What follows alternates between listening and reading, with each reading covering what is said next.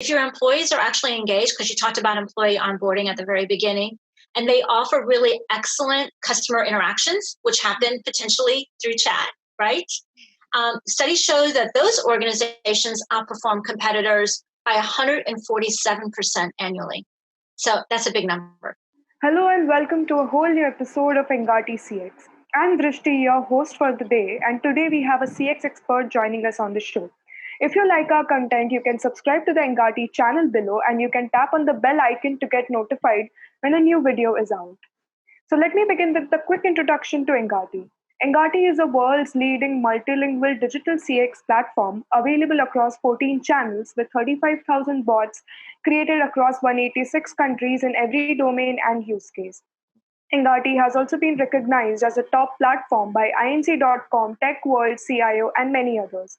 We run the Engati blog, video channel, and the Engati CX podcast, receiving upwards of 400,000 visitors annually. And now for our guest, Laura Patterson is passionate about helping companies take a customer-centric data to insights performance management approach to growth. She's a trusted advisor with global customer engagement expertise within the technology, financial services, life sciences, and manufacturing industries. Laura is a result-oriented executive with an entrepreneur experience. She's also a member of the National Speakers Association. So hi, Laura. We are really happy to have you on Engati CX. Hi, Drishti. That was a wonderful introduction. Thank you. You're very kind. The pleasure is all ours. So I would like to begin with the first question that I have, that we have heard about employee onboarding. So how would you define customer onboarding? And can we set up a similar process just like the employee onboarding? It's a great question, and the answer is yes. So like employee onboarding, customer onboarding is a process. Businesses run on processes, right? And that includes marketing, customer success, all aspects of every part of the business is related to a process. Yeah. And so customer onboarding is something every company wants to be thinking about at the very beginning, like anything else, right? It's something you for sure want to be implementing as a process at that very first interaction with a customer. Okay. So this isn't something you want to wait and do until you actually have a customer on board, but you want to begin the onboarding process at that first interaction. So that when they become a customer, you'll be able to have build a relationship that will extend beyond the purchase. Does that make sense? Yes. Okay, great. So like employee onboarding, the goal of customer onboarding is to ensure that a person is successful with your product. So you want employees to be successful and you want customers to be successful. And so whether it's your product or your service, onboarding is designed or should be designed to support success with the adoption. We recommend that like every process, you start it manually before you try to automate it so that you get it right. Because if you automate a process before you have it figured out properly, you can actually it's much harder to untangle it than it, right? So you want to be sure that you have a good manual process before you automate it, and you want to think about the key steps in your process. Would it be helpful to give you some thoughts about those key steps? Yes, definitely. Okay. So there's that very initial interaction. So there needs to be some kind of way that you're going to engage with and begin the onboarding process. And I imagine Engati is designed to do that because as a product in chat, that's a first interaction. So I'm assuming that you coach your customers on how to begin the onboarding process when people initiate a chat, right? Yeah. So I'm assuming there's some kind of implementation that you're doing to support your customers leverage of chat as part of the onboarding process. Right. And then there's some kind of kickoff, whether that's a welcoming message that, at the time that they are trialing or buying or whatever it might be, there needs to be something. And that's where you set and manage expectations. And that's really important in customer success is that each party has some responsibilities for success. So you want to make it clear what those expectations are and what the role is of the customer in the onboarding process. So that's very important. Then proof of concept or value or in-app communication. So I suspect that many of your customers might be SaaS companies. Yes. And so they have online applications, maybe in the cloud, right, obviously, or where however they're done. But they have an in-app application. And so there you have trials or proof of concept. And as a result, there's a lot of communication that needs to occur. And that's a very important series of interactions for onboarding. And there are products out there that can be integrated inside an app to support that process, right? For example, a company I'm familiar with, I'm not recommending them, or then they're not the only one, is UserLane. But I suspect that companies who've used Salesforce or others are familiar with their tracks, right? Their trails, they call them trails. That's an onboarding process, right? And then obviously there's training, which Salesforce is really adept at, and then adoption and retention. So those are some of the primary steps you want to think about. You can get more granular, but at least those as you're thinking about customer onboarding. And it's important to remember to leverage a variety of mediums as part of your onboarding. So again, back to Engati, the chat can be part of the onboarding process too. But so can emails and videos and webinars. So did I answer your question? Yes, definitely. It makes much more sense when you, when you compare it with the employee onboarding thing, that how you introduce the product or train your employee, you can similarly train a customer also coming in. So yes, that analogy definitely makes sense. Yes, customers need training too. So what is the circle of traction framework all about? Okay, thank you for mentioning that. So for those that are listening, circle of traction is what we take people through in our new book, Fast Track Your Business. And it is a framework that we've been using with our customers for over 20 years. We developed it very early on. And the way it turned into a book, just a quick story, the way it turned into a book is we have a chief growth officer that we have worked with as he has moved through his career and many companies. And he has often has a growth summit. And so he invited me in each of his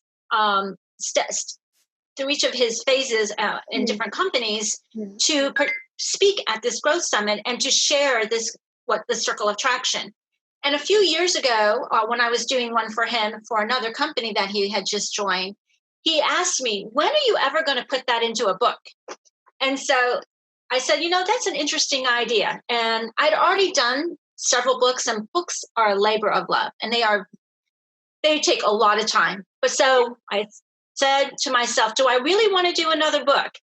And I decided to bite the bullet and wrote to Fast Track Your Business, which is a book designed to take people through the circle of traction. Each chapter is devoted. So the circle of traction takes companies through another process, right, for achieving what we call organic growth. And one of the questions that people ask is, well, where does data fit into that? And what does customer-centric really mean? Because the whole notion of the circle of traction is that it's a customer-centric framework. So our company started as a data analytics process measurement company, really in the roots of strategic and product marketing, and then evolved over time to be what we are today around performance measurement and management and consulting and go-to-market strategies.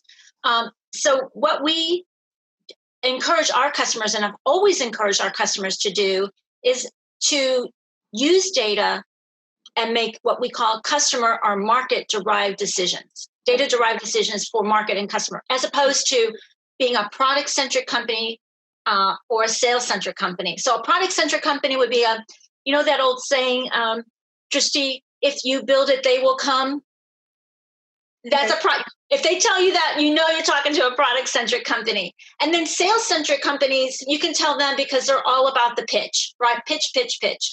Whereas customer-centric companies and market-centric companies will be different. And the wheel what we call the circle of traction, the wheel, begins with getting insights from customers and from your market. And these insights are what serve as the fuel in the wheel so that you can go through what we call the rest of the nodes. So the wheel is turning, and those nodes are things like, how do you set a business outcome so you'll know what success is going to be when you're driving organic growth? I bet Engati has some kind of goals beyond revenue, right? Yes. How many customers you want, or what markets you want to be in, or what industries you want to be in, right? Yes. So those would be an example of that. Mm-hmm. And then what are going to be your offers? What are you offering? And what is your strategy for acquiring those customers? Then maybe segmentation. I imagine Engati has some segmentation. Maybe it's size, or maybe it's region, or maybe it's industry, something, right? Mm. And then, personas and positioning, and then developing and implementing those programs that you, I'm sure, do to acquire, keep, and grow the value of your customers. And it takes you through that implementation, and it talks about operational excellence and performance reporting and how you optimize what you're doing so you can keep the wheel going.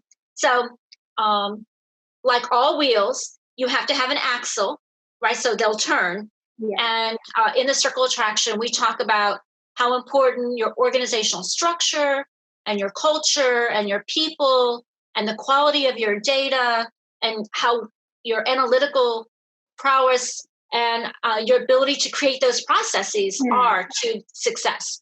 So kind of a long-winded answer, but hopefully that will be useful. Yes, definitely helps. And is the book out, or it? Oh, okay, great. That would be great. It's out. It's available as an ebook. It's available as an audiobook. It's available on demand. You can get it at Amazon and some other places. We would love for people to come and check out the book. Definitely. I would love to give it a read as well. Sounds interesting. We've had really good reviews, so we feel very fortunate. It's called Fast Track Your Business. So if people want to ask me questions about it, happy to answer it. And thank you for bringing it up. Definitely. So could you take us through the process behind, you just mentioned that, making the persona-based customer loyalty systems? Yes. And, I think we should have a definition of terms, because I hear people use personas and a few other terms very interchangeably, and they're not the same thing. And the three terms I hear them talking about is roles, profiles, and personas. Okay. So let's be I'll pick an example. So a role is what somebody does. And so the role might be a CFO or a CMO, or the role might be a digital marketing, or might be email marketer, right? That's a role, right? And then there's a profile, and the profile says things like what kind of education might they have, and what kind of experience they might have in that role. So a CFO might have a different education and a different role, obviously, than a CIO, right?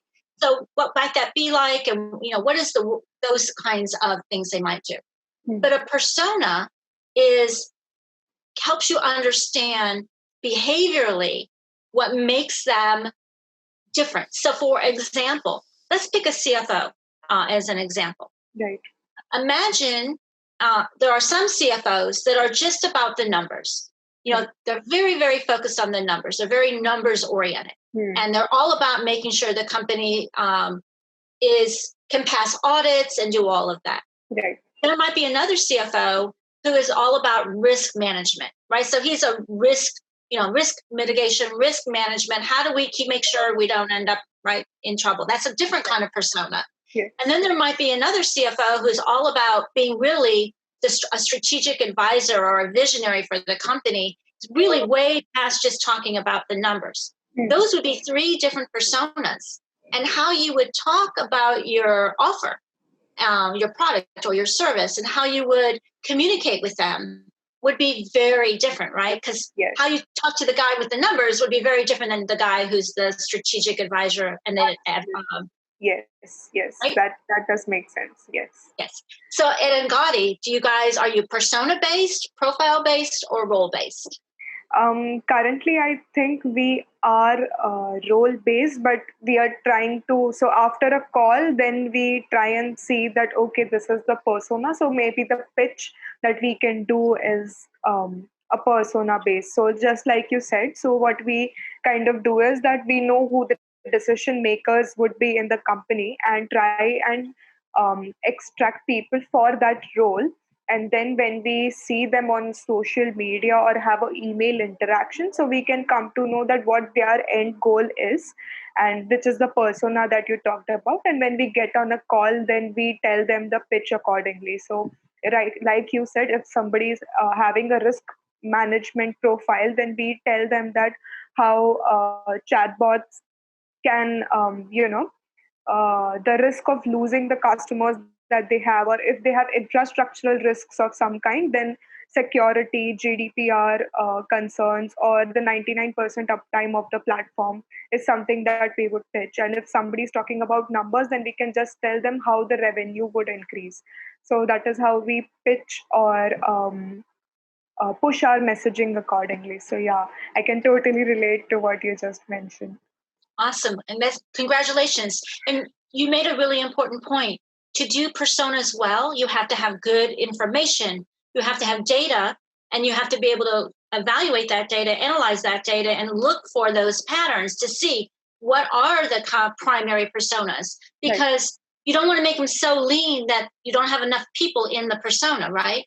So you're really looking for, maybe 3-4 primary personas for your offer.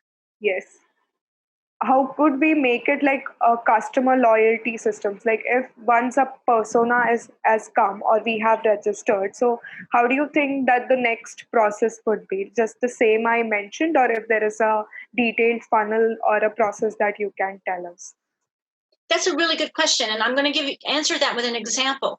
Yeah. So in the financial services industry, especially in banking, there is a company that I think it's still called Claritas, but it may have a new name by now.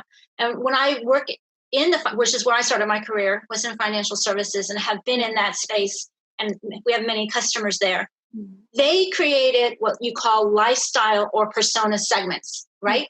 Mm-hmm. So it could be, there's the, up and coming persona, and there might be the town and country persona, and there might be the life and leisure persona, different personas.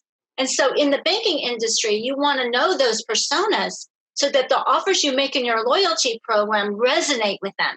Because someone who's in one persona, what you offer as a reward or how they might use their reward would be very different than what you might offer someone else. So I grew up in the era of green stamps. This is way before your time. But what was cool about green stamps and my mother is you collected your green stamps and you had these little booklets. But they had a catalog of how you could use your green stamps. And then when they were already thinking about the different personas, because you had some people who would use their green stamps for one set of items and another set of people that would use their green stamps for another set of items. So in a way, they were already thinking about personas way back when in the way they looked at their catalog of rewards. Yeah. So I think it's very important for people who are doing loyalty programs to understand that you may have a bunch of points, but offering points for more rooms or at a hotel, for example, to someone who travels all the time may or may not be something that they would want, right?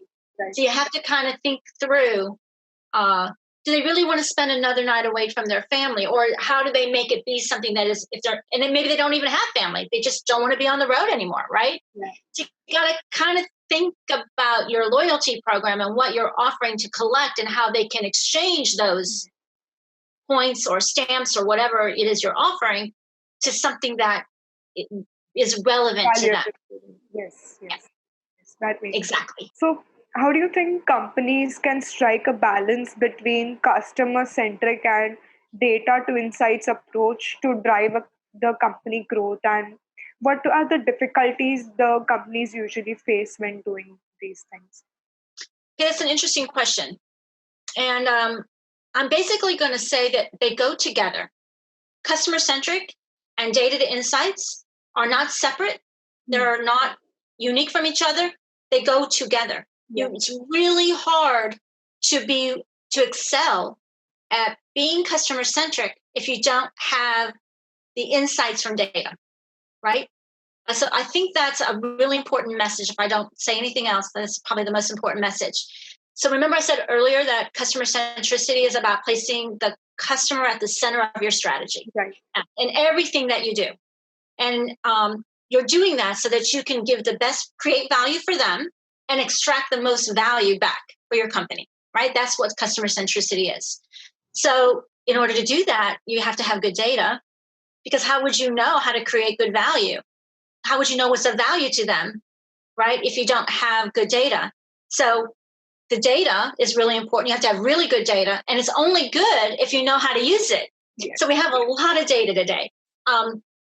Lack of data is typically not what a problem our customers face. I mean, there may be still some people out there with those challenges, or companies out there with those challenges, but for the most part, most of our customers have more data than they know what to do with. They're not starving. So the real question then becomes, how do you do something with all that data?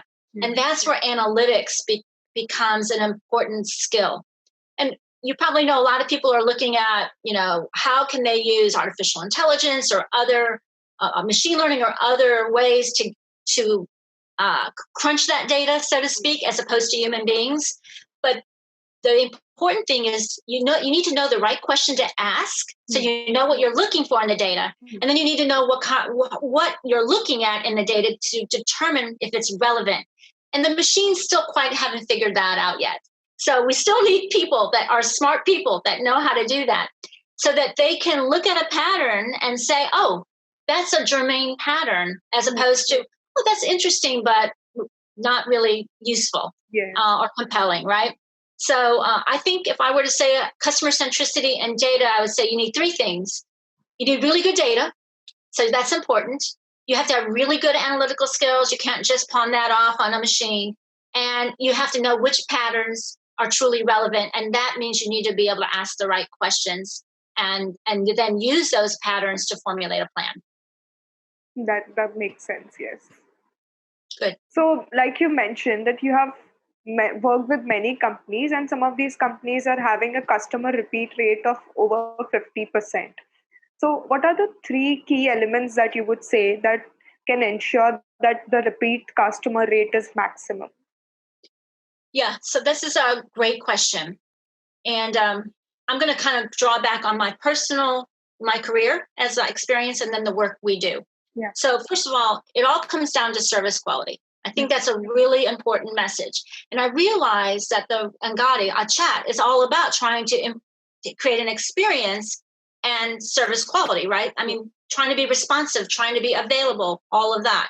So good customer service and creating a good experience, it's worth a lot of money. In fact, studies have shown that organizations who focus on customer experience and service quality, they'll see like a 4 to 6% revenue increase over their competitors. So that's like straight to the bottom line, right? So I'm assuming that's one of the stories you tell at Engati, right? Is around that revenue. And then back to employees. If your employees are actually engaged, because you talked about employee onboarding at the very beginning, and they offer really excellent customer interactions, which happen potentially through chat, right? Studies show that those organizations outperform competitors by 147% annually. So that's a big number. Yeah. And in today's world, that's pretty meaningful. So there's a couple of things I would recommend. On this topic. First of all, there was a book written in 1990, because I realize we're in a whole new century. So I think sometimes people don't remember that there's some really good stuff that came out not that long ago, but maybe seems like a long time ago. So Gary, so let me see, it was Valerie Zimhol, I think is her name, and Leonard Berry and a few other people. They wrote a book called Delivering Quality Service. That's the name of the book. So I recommend it. And basically they identified what they call 5 dimensions that are valued by customers. And they referred to these, and they actually created a thing called ServQual. So if your customers are looking for ways to evaluate their service quality, there's actually a tool out there called ServQual. And they said there were 5 things. And I think it would be interesting, Drishti, if we looked at those 5 things and how they related to Engati. So tangibles. This is the physical aspects, right? And in a service world, coming up with tangibles is really important, right? So that, that's a key thing. So like one of our customers who's got a chat, what does the chat look like? What are the tangibles? What are the colors? All of those things, the packaging. Second thing is reliability. To, promise, delivering on the service as promised. That's very important. So if you tell your people, you're all about customer experience and delivering it on time, blah, blah, blah, blah, blah, whatever your story is, you've got to be able to be reliable on that. And then responsiveness. This is to be very prompt, right? How quickly you can respond. Clearly, that is one of the primary value propositions of Engati, right? Yes. And then assurance, making people feel like feel that they can trust you, right? That you exude confidence. And that's really important. Like when you call on the phone to a call center, you want the person on the other side to exude confidence and trust that they are solving your problem. Well, I'm assuming Engati is thinking about how do you recreate that in a chat. Yes. And then lastly, empathy. Now, empathy is really important. And that's probably the biggest challenge for any bot, right? It's because bots are not people. And so they can't really express empathy. And so those workflows, people try to insert empathy, like, I understand your problem, or I can see that that's important to you, or whatever. They try to insert that. But genuine human interaction, empathy, and it's one of the most important service quality skills. So this is really a key thing. And the last thing I'll say on this topic is another book that I will recommend. So I have 2 books for your listeners to consider adding to their reading list. And it is a book by Jan Carlzon, who was former CEO of SAS Airlines. And the name of the book is Moments of Truth. Have you ever heard of that book? I haven't heard of the book, but I know what moments of truth as a context would mean. So that sounds interesting. It's a great book. And he talks about a moment of truth as any interaction with a customer, any event in which a customer uses or experiences a product is a moment of truth, right? So I'm sure Engati thinks about the moments of truth with people's interactions with your product, right? But that is really critical. And I think a lot of companies don't pay enough attention to those moments of truth, right? That's really important. And that's the most critical thing, is that moment of truth. So I know that's a long-winded answer, but I hope that was helpful.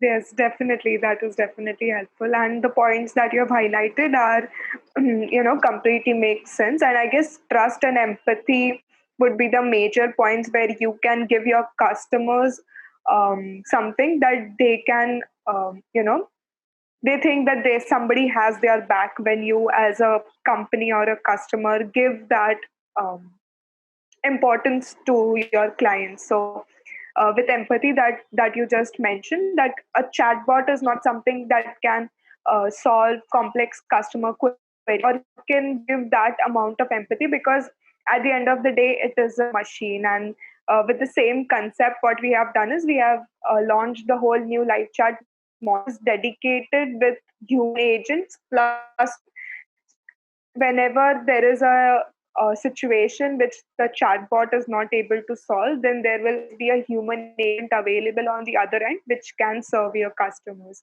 So yeah, that the serve call or the points that you have mentioned totally makes sense. Thank you. Yeah. So I think that answers that question as best as I can probably answer it in our time together. Yes. And if people have more questions, we have a lot of content on our website on these questions, and they're always welcome to come. It's in our blog, and they're all free. So if people are interested in and find some of this information useful, there's plenty more on our website. Definitely. I think people will go and check. I hope so. So are there any other thoughts that you would like to leave with our audience?